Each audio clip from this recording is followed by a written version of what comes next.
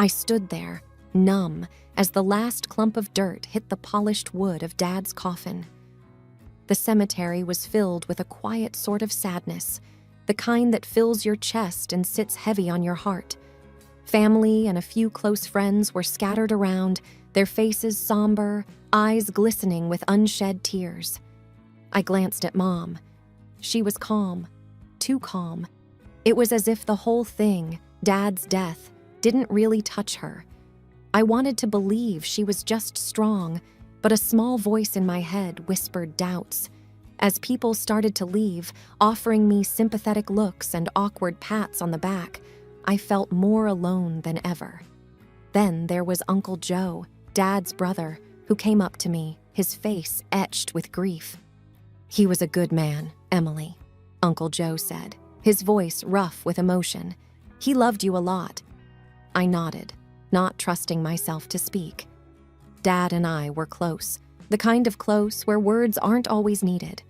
After the funeral, I headed back to Mom's place. It felt weird calling it just Mom's now. The house was quiet, the kind of quiet that screams in your ears. Mom was in the kitchen, making tea, as if it was just another day. "Mom, are you okay?" I finally asked. She looked up, her expression unreadable. "Yes, dear. I'm fine. You know how your father and I had our differences, but I'm fine."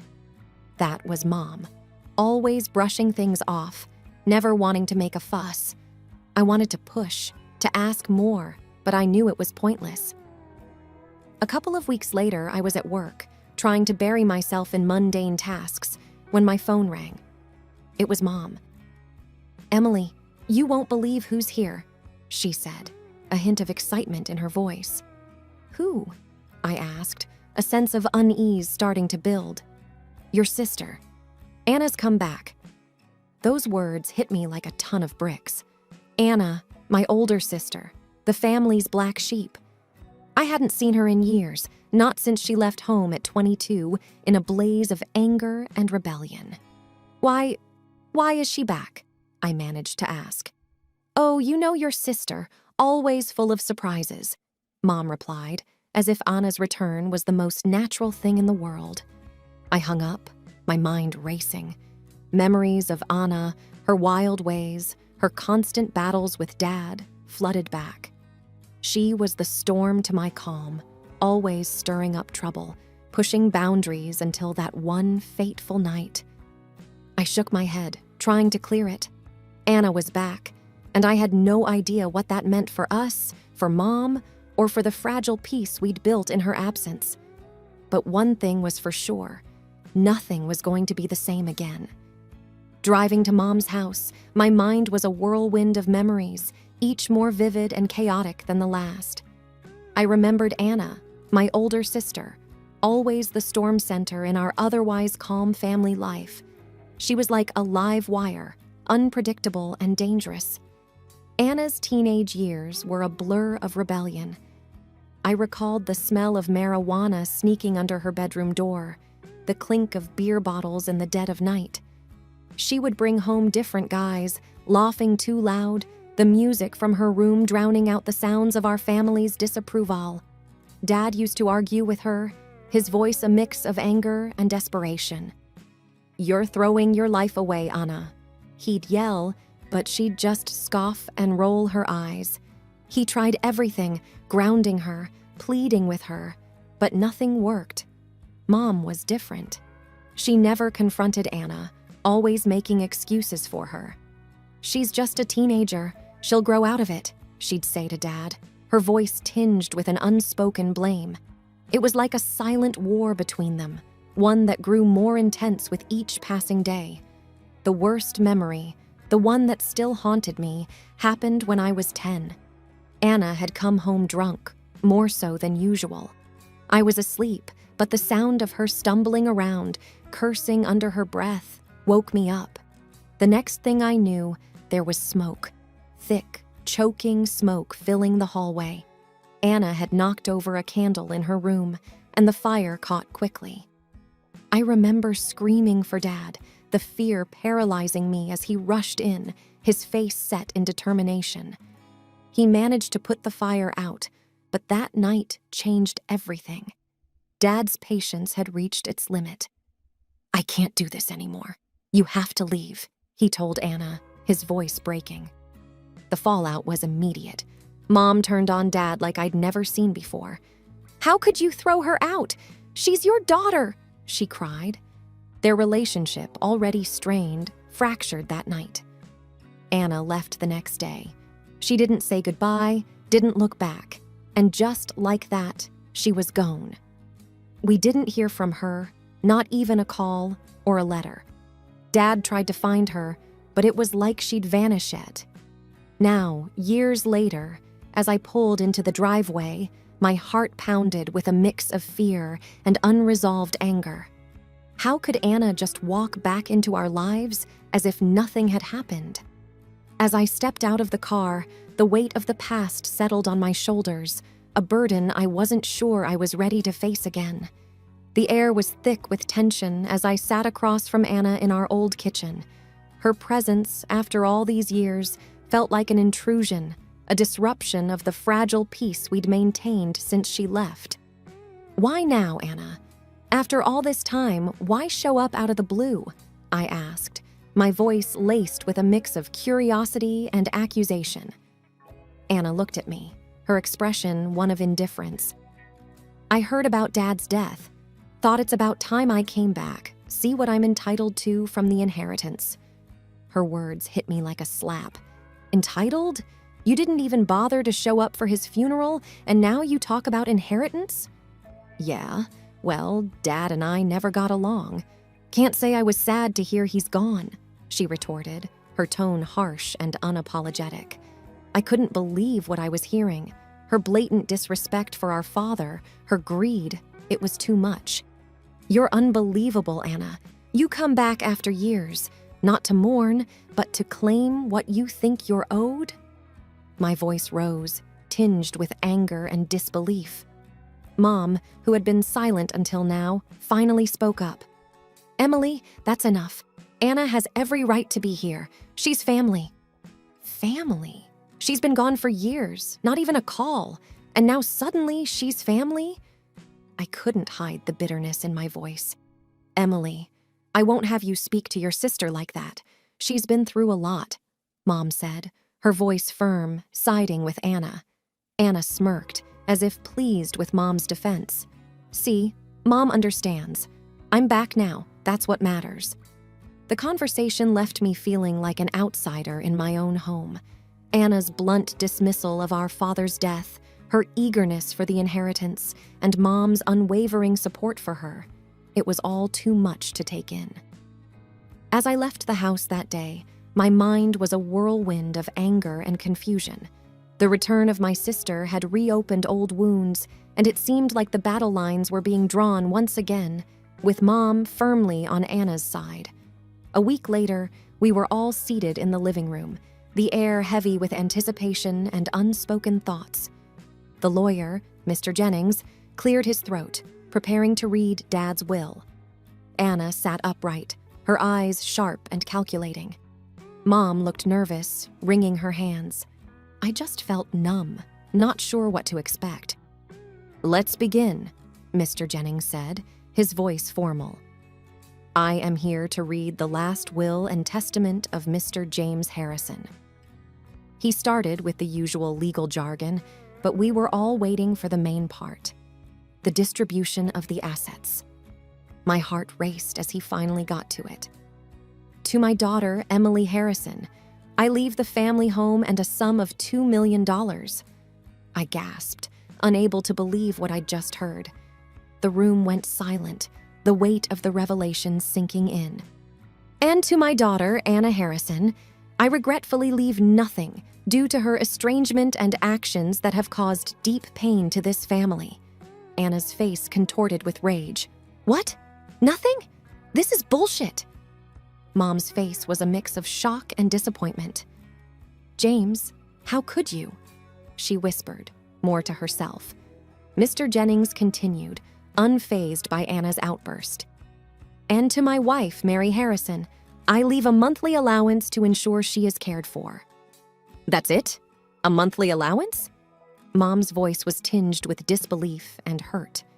Anna slammed her hands on the table, standing up abruptly. This is unfair. He had no right to cut me out like this. I found my voice. Dad made his decision, Anna. Maybe if you'd been here, been part of this family, it would have been different. Shut up, Emily. You always were the golden child, weren't you? Dad's little favorite. Anna spat, her eyes blazing with anger. Mom turned to me, her expression one of betrayal. Emily, can't you do something? Share the inheritance? It's what your father would have wanted. I shook my head, feeling a mixture of sadness and resolve. I can't believe you're asking this, Mom. After everything, Dad's wishes should be respected. Anna stormed out of the room, cursing under her breath. Mom looked at me, her eyes filled with tears, then followed Anna out.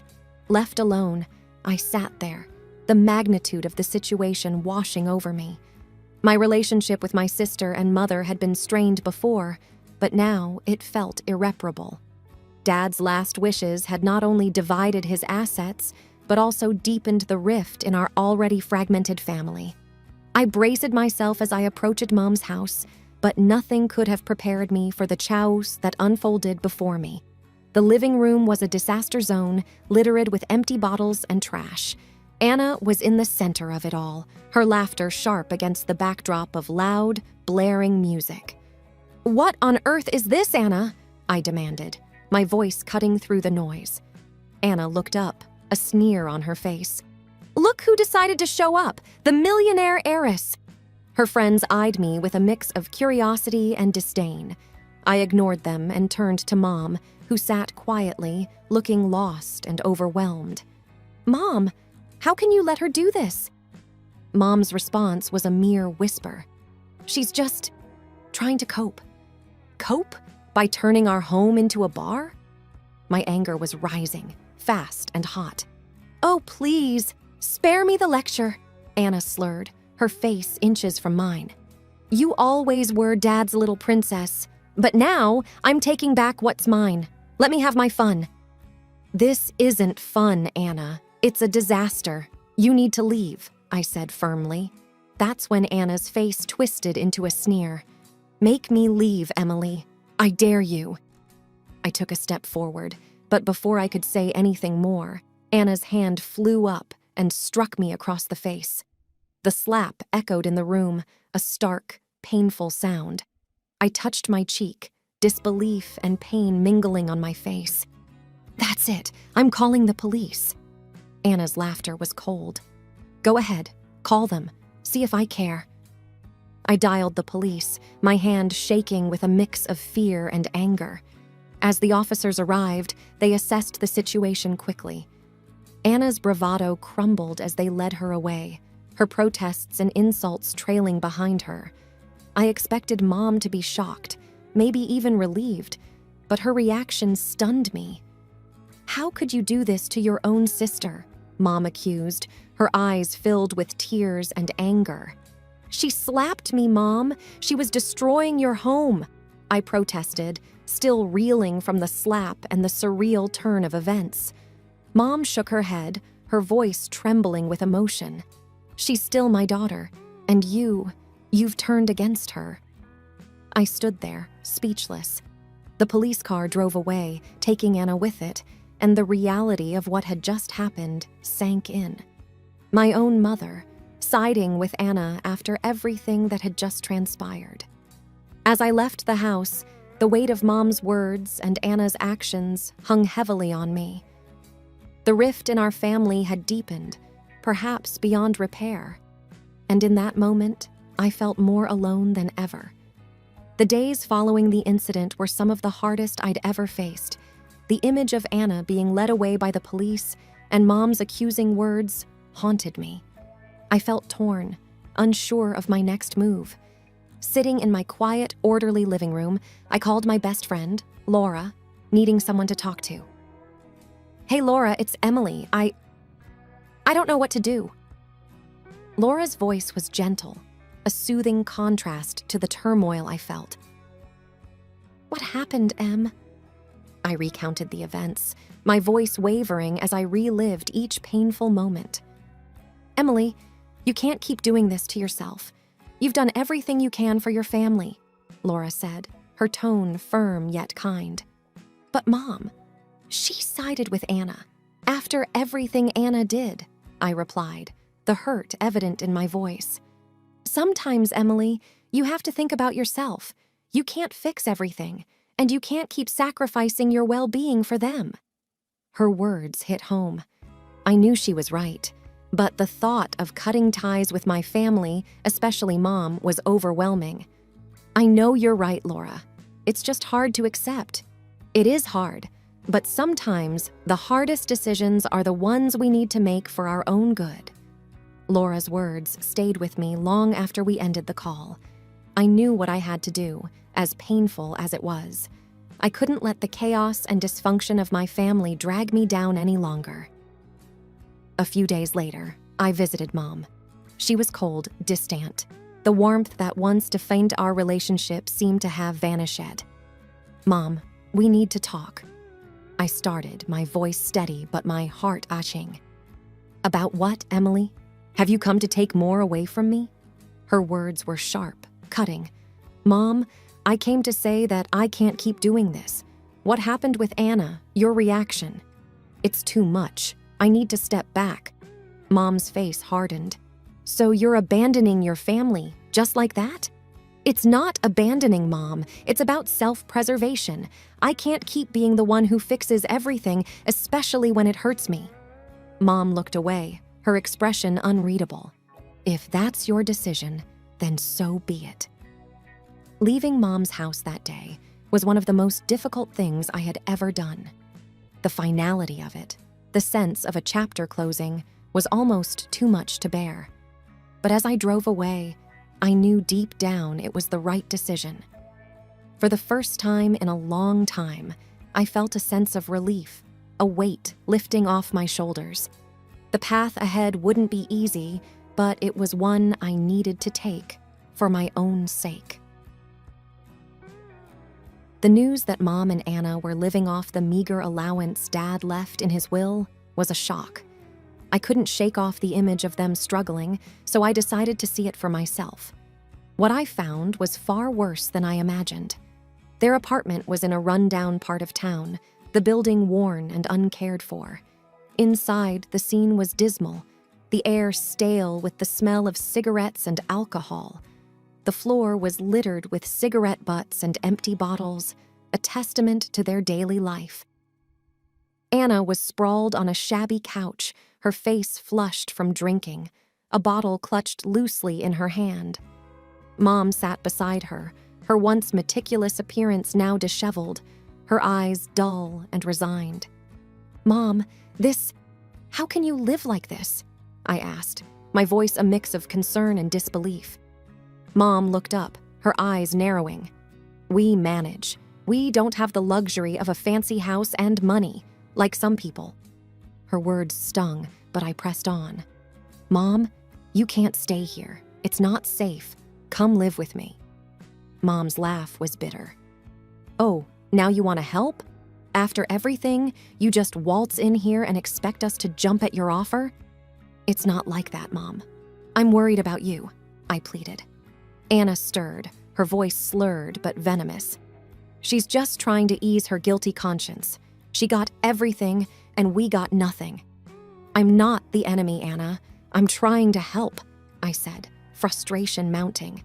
Mom stood up, her body trembling with anger. Help? Your father and you've done nothing but look down on us. You think because you have his money, you're better than us? Mom, please. It's not about the money. I just want you to be safe. I tried to explain, but my words fell on deaf ears. No, Emily. You made your choice. You chose his side over your own family, Mom said, her voice laced with scorn. I looked at them, at the squalid apartment, at the life they had chosen. I realized then that my offer, my concern, meant nothing to them. They had made their choice, and so had I. As I left, the door closing behind me felt like the end of an era. The pain of their rejection, the harshness of their words, and the reality of our broken family hit me all at once. Walking away, I knew this was the last time I would try to bridge the gap between us. It was time to let go, not out of indifference, but out of a need to find my own peace. The path ahead was uncertain, but it was mine to walk, free from the shadows of a past that I could not change. In the months that followed my decision to walk away from Mom and Anna, I found myself grappling with a mixture of emotions. There were moments of intense loneliness, punctuated by feelings of liberation. It was a strange, bittersweet freedom.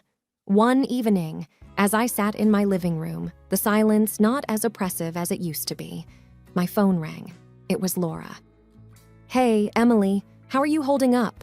she asked, her voice always a source of comfort. "I'm okay, Laura. It's been tough, but I'm getting there," I replied, a hint of resolve in my voice. "You know, Em, sometimes the hardest decisions lead to the best outcomes. You're strong, and you'll get through this." Her words were a reminder of the strength I had found in myself, a strength I never knew I had. "Yeah, I'm starting to see that.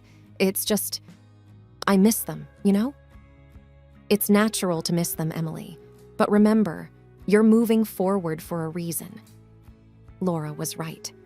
I had made a choice, not just for my well-being, but also to break free from the cycle of dysfunction and pain. In the following weeks, I threw myself into work and started volunteering at a local community center. Helping others brought a sense of purpose and fulfillment that I hadn't felt in a long time. One day, while organizing a charity event at the center, I met Tom, a co-volunteer. His easygoing nature and sense of humor were refreshing. "You're doing a great job, Emily," Tom said as we set up tables for the event. "Thanks, Tom. It feels good to be a part of something positive," I responded, smiling genuinely for the first time in what felt like forever. As we worked together, Tom and I shared stories about our lives, and I opened up about my family, something I hadn't done with anyone in a while. "It sounds like you've been through a lot, but you're turning it into something good," Tom said, his eyes reflecting a mix of admiration and empathy. "Yeah, I guess I am," I said, a sense of pride swelling within me. As the event came to a close, I realized how far I had come. The journey hadn't been easy, but it was mine. I had faced my family's shadows, the pain, and the turmoil, and emerged stronger. Moving forward didn't mean forgetting the past. It meant learning from it, growing, and finding joy in new beginnings. It was about embracing the uncertainty of the future and the possibilities it held.